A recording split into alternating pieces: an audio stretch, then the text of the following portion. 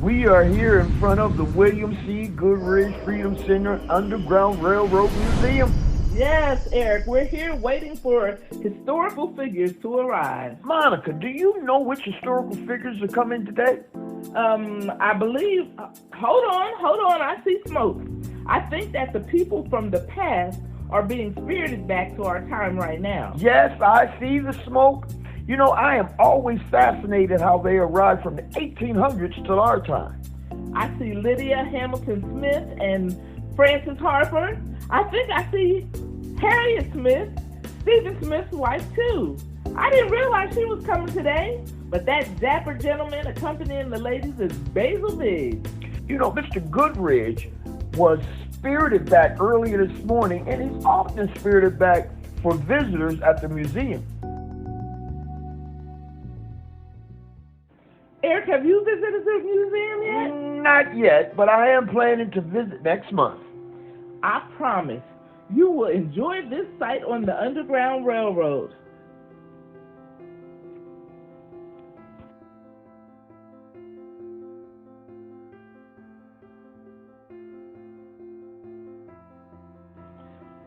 Let's see if we can hear what Goodridge is saying now. Good day, good day. I am so glad that you can come today. And how are you, Miss Smith? I'm doing very well, Mr. Good. And Miss Frances Harper, it's been a while. It has been a while, and things have changed. And Lydia Hamilton Smith. It is so good to be here. Thank you for that invitation. And Basil Biggs, is always nice to see you. It's my pleasure. Well, thank you so much for coming and being spirited back with me. We are here today with our historical figures from the past. They will be addressing critical questions relating to subjects today. This program is sponsored by AARP. None of the answers given by our historic figures reflect the views of AARP or Crispus Attucks York. We are in this place. Yes. And I know some of you have been here once before. Oh, I've been here quite a few times. And still lovely as ever, but changed. The questions posed to our visitors will begin. Mrs. Smith, will you tell our viewers who you are and a little bit about yourself and Stephen? Thank you for asking. My name is Harriet Smith. I'm the wife of the Reverend Stephen Smith, founder of Mount Zion African Methodist Episcopal Church in Columbia, Pennsylvania. I am also an entrepreneur. I founded and ran an oyster house. I also worked with my husband in the church, where we were stationed on the Underground Railroad. We were involved in the education of Black children, and we also helped formerly enslaved people to avoid being sent back into slavery through the Fugitive Slave Act. Now, my question to you is, how did Stephen's wealth help in the quest for freedom? In addition to being a pastor, my husband, again, the Reverend Stephen Smith, was also a lumber baron. He was also an entrepreneur, and we were quite wealthy. Wealth helped us to own our freedom. As a matter of fact, Reverend Smith bought his freedom as well as my own. It led all the litigation around preserving formerly enslaved people. We paid of attorneys, and that cost a lot of money. Litigation is part of our freedom. Litigation is a major path to our freedom. When we had our wealth, we also taught others about acquiring wealth. And when our children and our children's children benefit from having their own money, their own property, and being able to pay for education, that also buys our freedom and helps us to sustain our freedom, which is something that we needed back in my day, and even more so today. Tell me, I believe that your husband would have been the richest man in America at the time of his death. Is that true? Yes, it is. That is very true. His ownership of lumber businesses. He also was a coal man. He owned significant numbers of properties, including a property in Cape May, New Jersey, and a mansion in Philadelphia. When our church burned to the ground, it was the funds from my husband, as well as a small number of other freed persons who financed the rebuilding of our church, which later became a school for Black children. And his wealth also helped him to be a co-founder of a number of African Methodist Episcopal churches across Pennsylvania and beyond. Thank you, Mrs. Smith.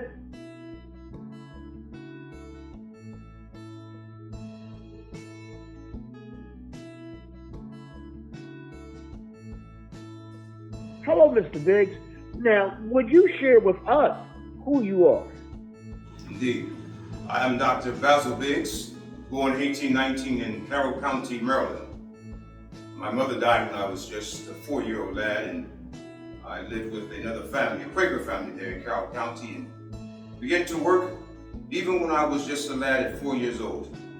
In fact, when I became an adolescent, they put me in charge of the paying of the other men who worked as teamsters along the long shores there in Maryland. And I grew older and I married Mary Jackson. We had 7 children. We helped to start 2 AME Zion churches there in Maryland. But when I heard about the Pennsylvania Education Act, sponsored by Congressman Stevens, I then came to Gettysburg, Pennsylvania in 1858. And there I began another life. There as a veterinarian, as a tanner, and sharecropping there, or rather tenant farming there. Now, my question to you comes in 2 parts. First of all, how does war affect Americans on domestic soil? And second, what message would you tell our people of today? Indeed, that's a very profound question. Men or the war on domestic soil. In fact, during the Gettysburg Battle and during the entire Civil War, many of the men who fought against each other were classmates at West Point. And some had to make a choice whether to move, fight across the Mason-Dixon line or fight in the town or state from which they were born, perhaps in Virginia. And I'm sure that caused some distancing between families, cousins, perhaps uncles, perhaps even brothers if one chose. But not only that, but war on domestic soil, and particularly when the Negro was allowed to fight in the Civil War. That brought about many other challenges in the Congress, because some still desired for the revenue that was gotten off of those Negroes who were enslaved in the southern states, and some in the north needed to maintain in order for this country's economy to grow. So that was a point of dissension between many of those who were in the Congress and many of those who had fought for the abolition of slavery, and those who wanted slavery to continue as an economic gain for this country. Well, today there are many things that I have learned in my time back in this 21st century. One is that the Negro, the black man and woman, are a commodity just like cotton was and just like cane sugar may have been, because they are used in many different ways. But not only that,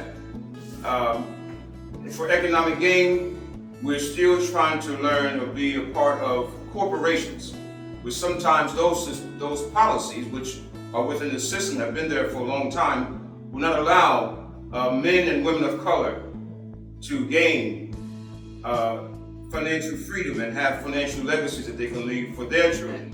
One thing I would tell people from what I've learned is that in order for us to grow as a nation, we have to create a system that allows for those at the bottom, economically, politically, and socially, to be involved in the process to have. And so I would encourage those in Congress, those in state legislatures, to put more people of color, the African American man and woman, whose genius have already been proven over the years of creating mathematical systems, astronomy systems, business systems, irrigation systems, increase the economic gain of this country. So genius is in every race, creed, and culture. And so everyone should have a seat at the table. Well, thank you, Mr. Biggs, for that uplifting message.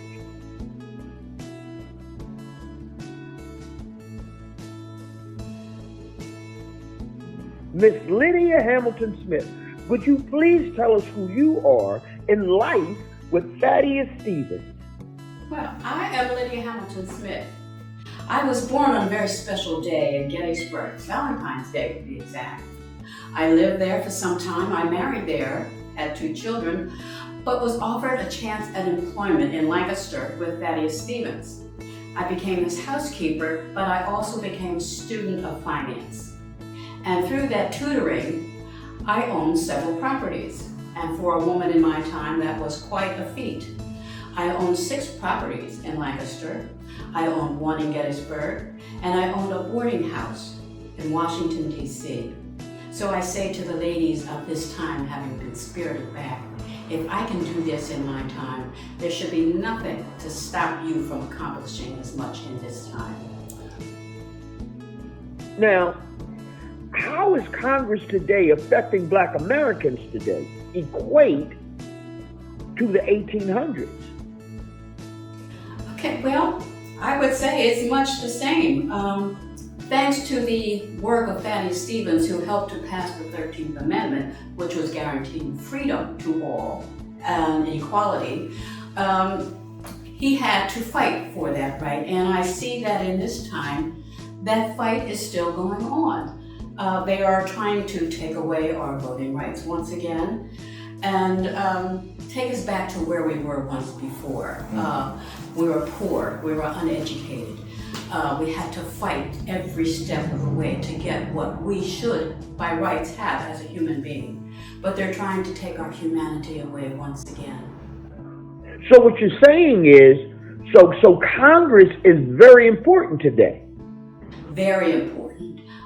They have to pass those bills. They are standing in the way of our freedom, of our accomplishments, of our rights to live just as they live.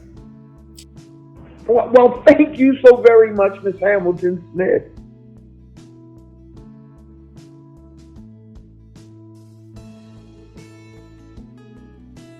Well, Miss Harper, now I know who you are because of the recent statue of your likeness on the Capitol grounds in Harrisburg, Pennsylvania.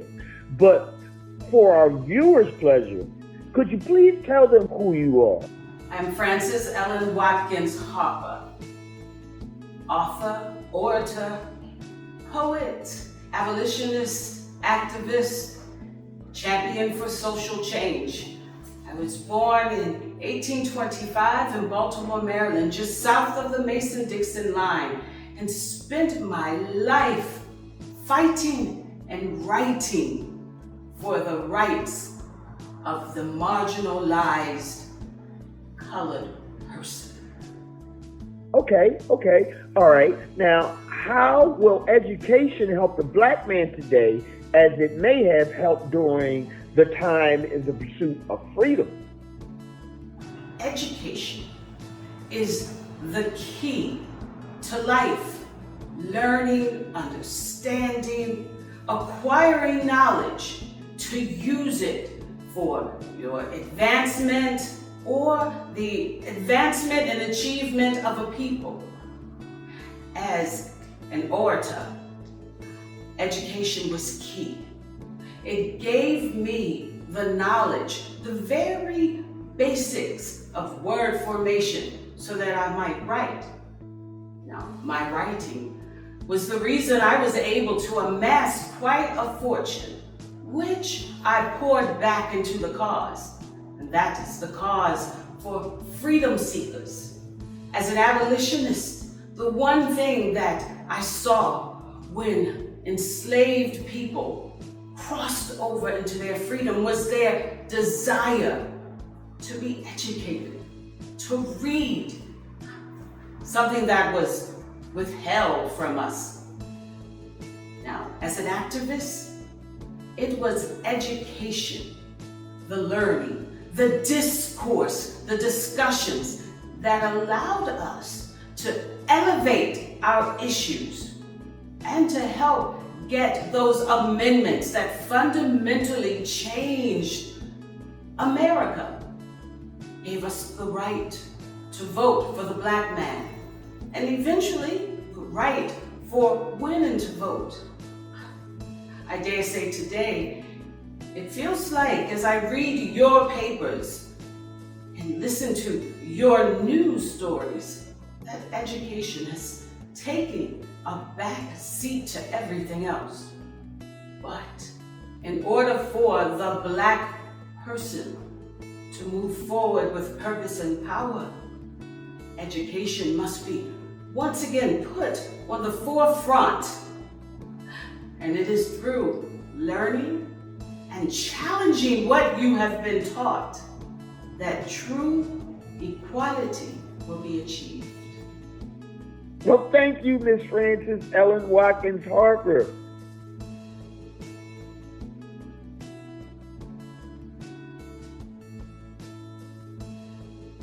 First, thank you for hosting your friends for our education. I know a lot about you, Mr. Goodridge, because I visited the Goodridge Museum several times.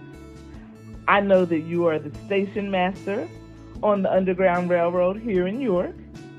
I know that you were an esteemed businessman and built the tallest emporium on the square during your time.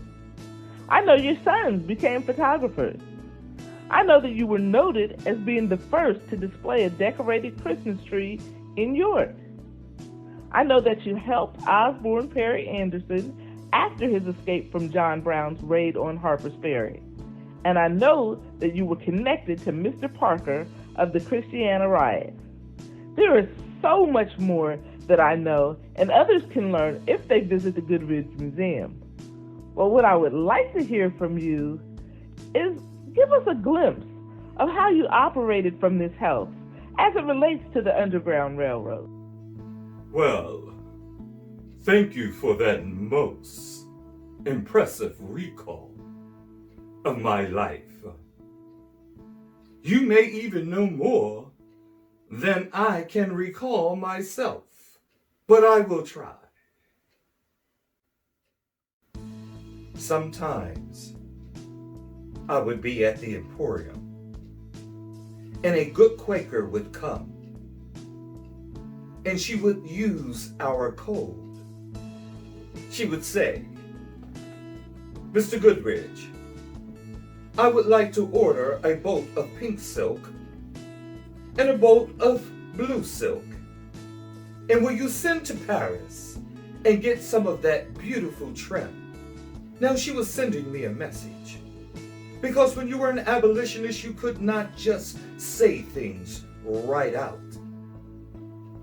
She was telling me that tonight I will be receiving baggage. The blue silk was that it will be one man, and the pink silk, it will be one woman, and the trim meant there will also be children. So I would leave my emporium on the square and get back to my home, talk to my wife, Evelina, and tell her that we have passengers coming. So she would prepare a meal, and I would go down and prepare the cellar, the secret space underneath my kitchen, where I could hide a freedom seeker. When it was safe, I would put them on one of my 13 rail cars. Now, I must tell you, one of my rail cars had a fake wall and one had a fake bottom where I could hide a freedom seeker during the day. I can tell you those secrets now, but during my time, my life would be in your hands.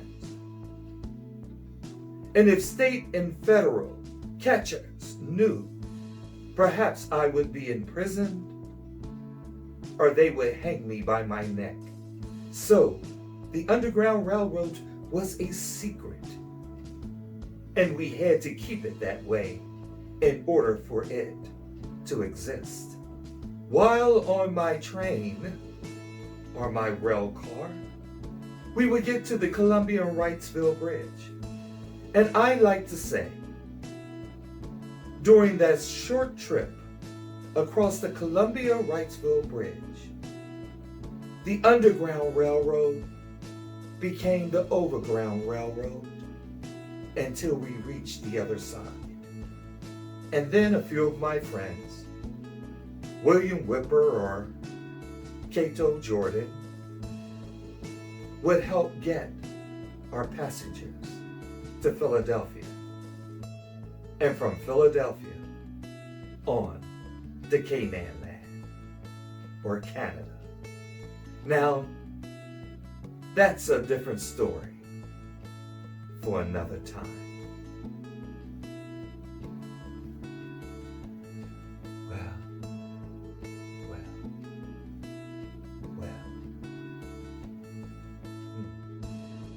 We thank you for sharing and coming back to this program.